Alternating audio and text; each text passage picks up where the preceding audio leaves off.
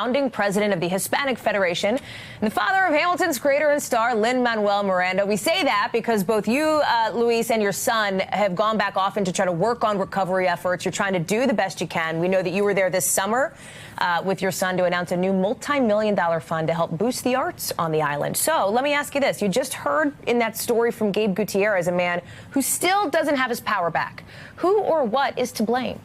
Well, it's an island with a $72 billion debt before Maria hit Puerto Rico. It's no response from FEMA and the federal government by their own admission. It's a precedent that spent the weekend after Maria fighting with NFL football players over kneeling. It's many are responsible. What we also need to add is that there may be people who have no power, but the power, even though it has been restored, the fact is that many times during the week, power fails. So families cannot go to the supermarket and buy an entire week worth of groceries because they never know if for 24 hours they're not going to have power. You talked about the federal response. You talked about the timeline of the struggles yet to come. How long before you think Puerto Rico gets back to normal? It's going to be years. We have been there with the Hispanic Federation and with so many other that have been working in Puerto Rico.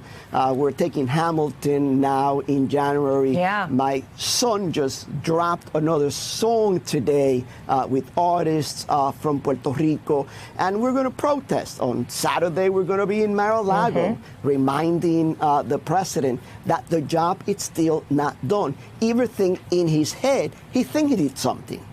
Your federation, the Hispanic Federation, has raised millions of dollars, as we talked about, for the recovery efforts here. But there is also a political component, not just the recovery on the ground, but sort of the political pieces at play to help Puerto Rico.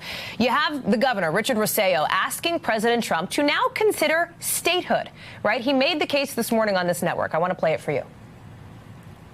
The truth of the matter is that we've been treated as second-class citizens.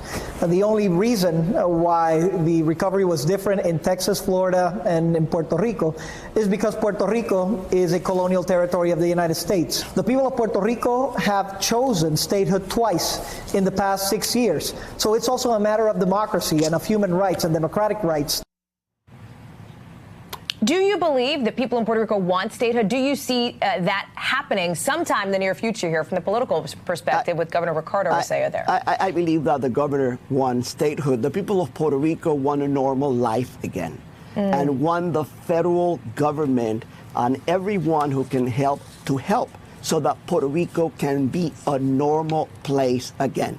Statehood, Commonwealth, independence, all of that has been debated since I can remember, since 1898. But at this point, it's not the time to talk about the status of Puerto Rico, but about the fact that we ought to be treated as regular American citizens, regardless of what the status is.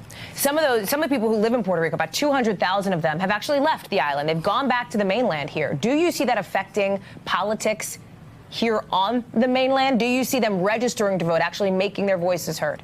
We do, and we hope that the new Puerto Ricans, the new Puerto Rican families who have joined hundreds of thousands of Puerto Ricans who have been in Florida moving for the last decade, remember who helped Puerto Rico and who didn't help Puerto Rico, and use their political power in November of this year to decide who represents us in Congress. Thank you for checking out our YouTube channel.